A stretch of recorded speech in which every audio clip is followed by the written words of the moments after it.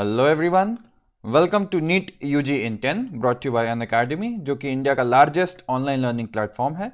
यहाँ आपको मिलती हैं daily live classes, live test and quizzes, structured courses and unlimited access 24/7 हमारे जितने भी वीडियो लेक्चर्स हैं, जितने भी स्टडी मटेरियल्स हैं उनकी। लेकिन उसके लिए आपको हमसे जुड़ना होगा। अनअकैडमी लर्निंग ऐप डाउनलोड करें गूगल प्ले स्टोर पे जाके या iOS ऐप स्टोर पे जाके, एंड देन आपको लेना होगा हमारा नीट यूजी का पेड सब्सक्रिप्शन हमारे सारे फीचर्स अवेल करने के लिए। इसके लिए कई ऑप्शंस आपके पास अवेलेबल हैं 1, 3, 6, 12, 24। सिंस नीट यूजी का सिलेबस काफी वास्ट है, थोड़ा टाइम टेकिंग होता है, इसलिए 1 साल या 2 साल का पैकेज सबसे ज्यादा पॉपुलर एंड मोस्ट रिकमेंडेड भी है।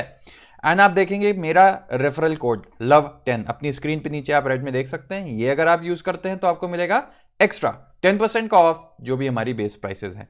मेरा नाम लव किशोर श्रीवास्तव है। मैगिल यूनिवर्सिटी कनाडा में एज अ रिसर्चर मैं इस समय काम कर रहा हूं, और आप पर्सनली मुझसे जुड़ना चाहते हैं तो मैंने अपना टेलीग्राम लिंक नीचे ऐड कर दिया है।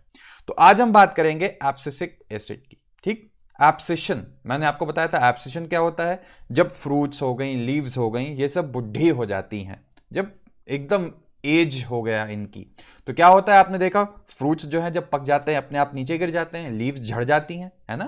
तो इसी प्रोसेस को, इनके गिरने को बोलते हैं एब्सिशन। ठीक, तो अब नाम से आपको समझ में आ रहा है एब्सिसिक एसिड क्या है, एब्सिशन में हेल्प कर रहा होगा। ठीक है, अब इसी चीज को हम जरा डिटेल्स में देख लें कि एब्सिसिक एसिड जो था, it was discovered for its role in regulating क्या? एब्सिशन। नाम से ही पता लग रहा है, एंड डोरमेंसी। ठीक है, तो ये दो रोल के लिए एब्सिसिक एसिड फेमस है। मेन क्या? एक हुआ एब्सेशन और दूसरा हुआ डोरमेंसी। अच्छा, but like other growth regulators, it also has a wider ranging effects on plant growth and development. ठीक है, जैसे बाकी आपने ऑक्सिन देखा था, साइटोकाइनिन देखा था, ठीक है, ये सब क्या कर रहे थे? प्लांट की ग्रोथ को इफेक्ट कर रहे थे। ठीक है, तो एब्सिसिक एसिड का भी रोल आता है उसमें। अच्छा, तो अब बात आती है कि जो हमने 3 पढ़े थे, कौन कौन से 3? ऑक्सिन, गिबरेलिक एसिड और साइटोकाइनिन्स। ये 3 ग्रोथ प्रमोटिंग रेगुलेटर्स थे। ये है ग्रोथ इनहिबिटर। ठीक है, कैसे? ये इनहिबिट करता है प्लांट मेटाबॉलिज्म को। आपने देखा प्लांट मेटाबॉलिज्म, किसी भी बॉडी, प्लांट हो कोई भी ऑर्गेनिज्म हो, उसका मेटाबॉलिज्म सबसे इंपॉर्टेंट चीज होती है उसकी फिजियोलॉजी मेंटेन करने के लिए। एंड अगर मेटाबॉलिज्म गड़बड़ हो रहा है, इनहिबिट हो रहा है, तो क्या होगा? ओवरऑल प्लांट की जो ग्रोथ है वो भी इनहिबिट होगी।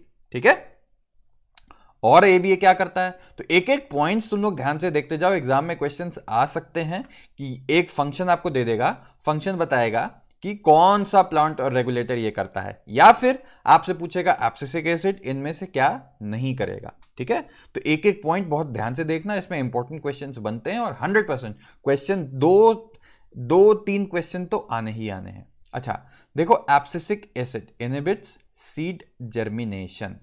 सीड जर्मिनेशन को भी ये इनहिबिट करेगा, हमने देख लिया। अच्छा, और क्या करता है? बहुत इंपॉर्टेंट पॉइंट है, बहुत इंपॉर्टेंट क्वेश्चन है ये।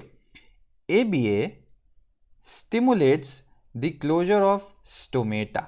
स्टोमेटा आपने पता है ट्रांसपिरेशन में पढ़ा था। ठीक है, गार्ड सेल्स होती हैं, जब वो टर्जिड हो जाती हैं तो स्टोमेटल ओपनिंग आ जाती है, एंड इसी ओपनिंग के थ्रू गैस का एक्सचेंज होता है, वाटर वेपर का एक्सचेंज होता है। ठीक है, तो ये सब ध्यान रखना। तो ये जो हार्मोन है, ये क्या कर रहा है? यहां पे आपने देखा, ये रेगुलेट कर रहा है क्लोजर ऑफ स्टोमेटा भी। क्यों करेगा? अब बात आती है कि ठीक है कर तो रहा है, पर क्यों? अब मान लो बहुत हार्श कंडीशंस आ गई। हार्श कंडीशन आ गई मतलब प्लांट स्ट्रेस में है, पानी खत्म हो गया। ठीक है, जहां भी वो ग्रो कर रहा है वहां बहुत दिन से बारिश नहीं हुई, पानी का सोर्स नहीं है, पानी खत्म हो गया, तो प्लांट का कुछ ना कुछ तो मैकेनिज्म होना चाहिए ना पानी बचाने का। तो अभी मैंने आपको बताया कि ट्रांसपिरेशन, अब आप देखोगे तो ऐसे गार्ड सेल्स होती हैं, ठीक है, बीन शेप्ड, ये गार्ड सेल्स में बीच में स्टोमेटा है, इसी स्टोमेटा से पानी बाहर चला जाएगा। तो और ये कौन सी सेल्स होती हैं? इनको बोलते हैं गार्ड सेल्स। ठीक है, तो अब क्लोजर ऑफ स्टोमेटा से मान लो टफ कंडीशंस आ गई, प्लांट को पानी बचाना है, तो क्या करेगा? वो इस स्टोमेटा की ओपनिंग को बंद कर देगा, जिस कारण से जो वाटर बाहर जा रहा था, प्लांट से आउटसाइड जा रहा था, वो रुक जाएगा। तो तुमने देखा कि, तो इसी को स्ट्रेस कहेंगे ना। स्ट्रेस कंडीशन कब होती है? जब अनफेवरेबल कंडीशंस होती हैं। तो अनफेवरेबल कंडीशन में कैसे एब्सिसिक एसिड ने हेल्प की, कैसे पानी बचा दिया? ठीक है, इसीलिए इसको हम क्या कहते हैं, स्ट्रेस हार्मोन भी कहते हैं। तो अगर आपसे पूछता है स्ट्रेस हार्मोन कौन सा होता है प्लांट्स में, तो उसका आंसर बिना सोचे समझे होगा एब्सिसिक एसिड। ठीक है। अच्छा, अब बात आती है कि ये तो चीजें हमने जान ली, इसके अलावा और क्या काम आता है। ABA plays an important role in seed development, maturation and dormancy. कैसे, ये भी देखते हैं। तो बाय इंड्यूसिंग डॉर्मेंसी, डॉर्मेंसी मतलब अगर एक सीड है तो वो जर्मिनेट नहीं करेगा, ठीक, अच्छी कंडीशंस हैं तब भी वो जर्मिनेट नहीं कर रहा, क्यों? Because it helps the seeds to withstand desiccation and other factors unfavourable for growth. ठीक है। अब क्या हुआ, मान लो सीड का जर्मिनेशन शुरू हो गया, लेकिन प्लांट ने सेंस किया हुआ है कि पानी नहीं है इतना ज्यादा, तो सीड जो जर्मिनेट करने लगेगा थोड़े दिन बाद तो मर जाएगा। ठीक है। लेकिन अगर वो सीड के ही फॉर्म में रहेगा, जर्मिनेट नहीं करेगा, तो सीड की कैपेसिटी एक तरीके से एक प्रोटेक्टिव चीज होती है सीड, है ना, उसके अंदर जो एम्ब्रियो होता है उसको न्यूट्रिशन मिलता रहता है। ठीक है। लेकिन एक बार जर्मिनेट कर जाएगा तो उसको बाहर से ज्यादा चीजों की जरूरत पड़ती है। तो सिंपल शब्दों में यह ध्यान रखो, सीड अभी अगर जर्मिनेट नहीं हुआ, it is in a more protective state अगर वो जर्मिनेट कर जाएगा उससे। तो अब कंडीशंस अनफेवरेबल हैं, तो क्या करेगा ये, ABA helps the seeds to withstand desiccation, ठीक है, एंड बाय इंड्यूसिंग डॉर्मेंसी। बहुत इंपॉर्टेंट पॉइंट है कि डॉर्मेंसी कौन इंड्यूस कर रहा है। देखो, तो टेक्निकली ग्रोथ तो प्रमोट नहीं किया ना, ग्रोथ इनहिबिट किया, भले वो प्लांट के एडवांटेज के लिए हो। तो यहां पे ये समझ लेना कि ग्रोथ इनहिबिट करने का यही मतलब नहीं होता कि प्लांट को नुकसान पहुंचेगा। कभी कभी क्या होती है, जब स्ट्रेस कंडीशंस हैं तो प्लांट को अपनी ग्रोथ रेट धीमी कर देनी है, डॉर्मेंट पड़ जाना है ना, जिससे बहुत ज्यादा, अब जैसे फॉर एग्जांपल आप रेगिस्तान में जा रहे हो, ठीक है, रेगिस्तान में जा रहे हो, पानी आपके पास नहीं है, जितना ज्यादा तेज आप दौड़ोगे, जितनी ज्यादा तेज दौड़ोगे, जितना ज्यादा एनर्जी लगाओगे, उतनी जल्दी प्यास लगेगी, लेकिन वहां पानी की कमी है। तो अब आप समझ गए होंगे कि क्या रिलेशन यहां मैं बताना चाह रहा हूं। अच्छा, अब और बात आती है कि आप गिबरेलिक एसिड से देखोगे तो इसका काम उल्टा चल रहा है। पहली बात तो वो ग्रोथ प्रोमोटिंग था, ये ग्रोथ इनहिबिटिंग है। ठीक है। तो अब वहां पे क्या था, ब्रेकिंग डॉर्मेंसी, यहां पे इंड्यूसिंग डॉर्मेंसी। तो ये चीज ध्यान रखना कि कैसे एक दूसरे के उल्टा चल रहा है। अच्छा, अब बात आती है the role of PGR plant growth regulators is only one kind and of intrinsic control. ठीक, अपने आप में सेल्फ एक्सप्लेनेटरी सेंटेंस है।